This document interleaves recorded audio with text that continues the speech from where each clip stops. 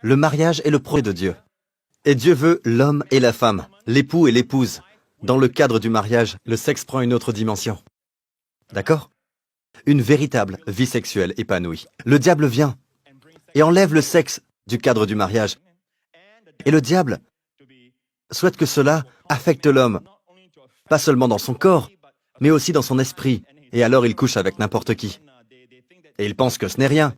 Mais laissez-moi vous dire ceci. Si je prends un morceau de papier et que je le colle à un autre morceau de papier, et je le laisse pour 1 heure, ensuite je vous passe le papier et je vous dis d'essayer de séparer les 2 morceaux de papier de la façon la plus précise possible. Vous serez incapable de le faire. Certaines choses sur ce papier seront collées à l'autre papier et vice-versa, car ils sont devenus un. Dieu veut que l'homme et la femme soient un. Vous pouvez défendre votre cas jusqu'à vous dire « je ne crois pas en Dieu » et ce genre de choses, mais vous quitterez ce monde dans une boîte ou incinéré, la manière dont Dieu l'a voulu. Et je vous dis, peuple de Dieu, si vous voulez vivre à 120%, si vous voulez d'une longue et heureuse vie, il y a un domaine où vous devez être vigilant. D'accord? La pureté sexuelle. Dans tous les autres domaines, la Bible semble dire que vous pouvez faire ceci, faire cela, mais quand il s'agit de la tentation, fuyez. La tentation sexuelle, fuyez. Ne dites pas que vous pouvez le gérer. La tentation, c'est un cycle. Tout d'abord, vous êtes tenté. Vous regardez quelque chose, vous êtes tenté. Vous ne vouliez pas être tenté. Vous vous êtes réveillé ce matin-là, vous n'aviez pas l'intention d'être tenté, vous prévoyez de marcher avec Dieu. Vous projetiez de lire votre Bible, mais en fin de compte, vous avez été tenté malgré vos bonnes intentions. D'accord? Nous parlons ici de la tentation sexuelle. Et la plus grande erreur, c'est de se dire « je peux gérer cela ». La Bible appelle cela la confiance dans la chair. La prochaine erreur est celle-ci, je peux la gérer. Donc, il y a une tentation, ensuite, je peux la gérer. Je peux gérer ce film. Je peux gérer cela. Je sais qu'il y a certaines scènes, mais je peux gérer ça. Je peux gérer. Elle m'a simplement demandé de la ramener chez elle. Je sais qu'elle est très belle, mais je peux gérer ça. Ça n'ira pas plus loin que ça. Oh là, la mini-jupe, oh là, je n'ai rien vu. Je vais simplement lui donner son sac, pas de problème. Je sais qu'elle est la femme d'un autre, mais elle veut qu'on parle. Alors on parle. Elle veut mon numéro, je le lui donne. Je peux gérer cela. Et tous ceux qui disent cela sont bien intentionnés. La plupart a de bonnes intentions. Ils ne projettent jamais de tomber dans l'adultère. Après l'avoir géré, vous dites « je peux le gérer ». La Bible appelle cela la confiance dans la chair. Cela mène à une tendance au péché. D'accord? Une tendance au péché. Vous tombez dans le péché. Puis quand vous tombez dans le péché, devinez quoi? Vous vous sentez coupable. Vous vous sentez coupable. 99,9% des personnes se sentent coupables. Sauf pour certains comme Hitler. Car vous avez une conscience. Vous ne pouvez jamais échapper à votre conscience. Maintenant, vous vous sentez coupable, et la psychiatrie, la psychologie, disent que si vous êtes coupable, vous ressentez la culpabilité perpétuelle, qu'elle soit une culpabilité réelle ou une fausse culpabilité. Vous vous sentez coupable. Vous êtes condamné à répéter ce comportement. Mais, en tout respect, les médecins n'ont aucune réponse. Seul Jésus a la réponse. Il n'y a donc maintenant aucune condamnation, et en faisant cela, il détruit la connexion. Vous êtes là? Car plus vous vous sentez coupable, et moins vous résisterez à la tentation. C'est un cercle vicieux. D'accord? Maintenant, certains parmi vous disent, « Pasteur Prince, je pense que tout péché est péché. Je ne crois pas qu'il y a un péché qui soit plus grand qu'un autre. Non, le péché sexuel est plus grand. » Ah, Pasteur Prince, vous êtes en train de mesurer les péchés. Oui, je le fais, ne vous y trompez pas. Il y a des péchés qui sont moins graves, et il y a des péchés qui sont plus graves.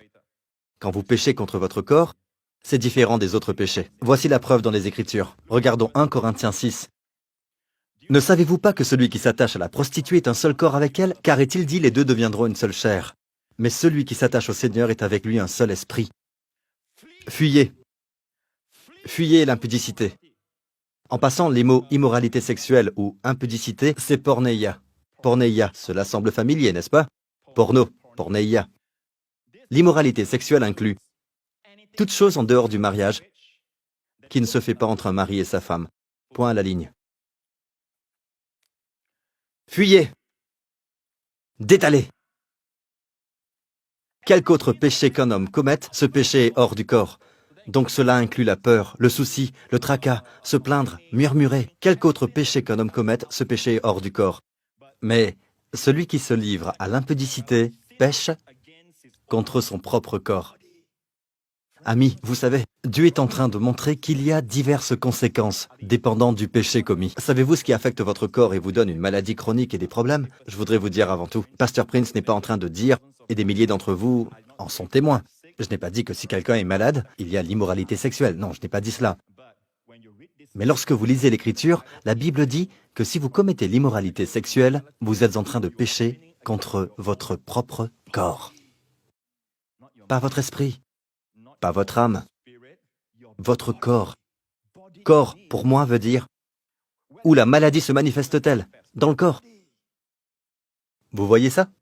Quelque autre péché qu'un homme commette, ce péché est hors du corps. Mais celui qui se livre à l'impudicité pêche contre son propre corps. C'est là la différence entre certains pasteurs et moi. Ils diront que cette personne a besoin d'une délivrance. Cette personne doit confesser son péché. Je ne suis pas contre la confession des péchés, je vous l'ai dit auparavant. Je suis contre la confession afin d'être pardonné. Je crois en la confession parce que nous avons été pardonnés de nos péchés. C'est une déclaration. Regardez ceci.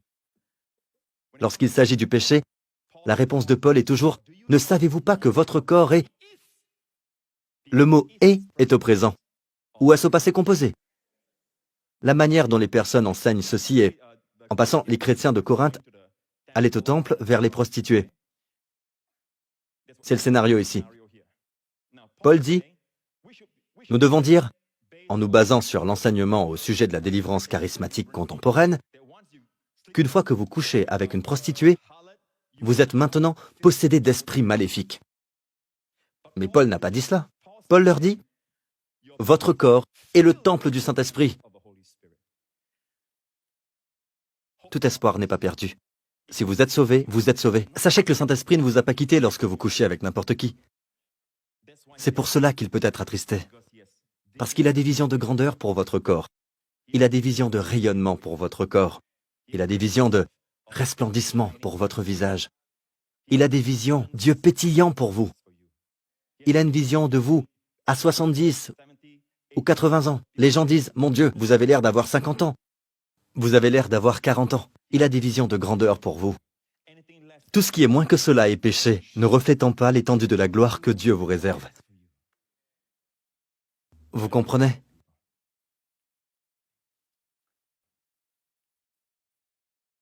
Et le plus… Écoutez, vous pensez que si je cède, je serai satisfait? Non, plus vous cédez et plus vous succomberez. C'est un esclavage.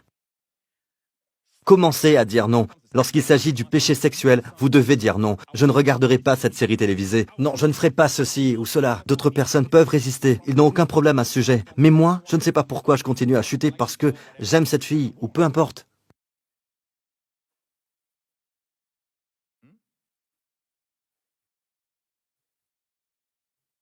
Loué soit Dieu. D'accord? N'est-ce pas merveilleux d'avoir toujours le Saint-Esprit en vous? Le mot « est au présent. Ne savez-vous pas que votre corps est le temple du Saint-Esprit qui est en vous, que vous avez reçu de Dieu, et que vous ne vous appartenez point à vous-même, car vous avez été racheté à un grand prix. Quel prix? Voyez-vous, Pasteur Prince, à présent je peux faire ce dont j'ai envie de mon corps. Pas si vous êtes chrétien, vous avez été racheté. Vous avez été racheté. Beaucoup de personnes vont au marché. Il y a beaucoup d'articles que les gens n'achètent pas. Personne ne veut les acheter, mais vous avez été racheté. Vous avez été racheté. Vous n'avez pas été racheté avec $1 million. $1 million n'est rien en comparaison au prix qu'il a payé pour vous. Avec la vision de gloire que Dieu a pour vous. Vous avez été racheté avec quelque chose que le monde entier ne pourrait égaler. Le sang précieux de Jésus-Christ. Donc, puisque vous avez été racheté à un grand prix, glorifiez donc Dieu. Où? Dans votre corps. Et dans votre esprit. Qui appartiennent à Dieu. Comment glorifier Dieu dans mon corps? Dieu dit, gardez-vous purs sexuellement, que quand les gens regarderont votre corps, ils verront ma gloire.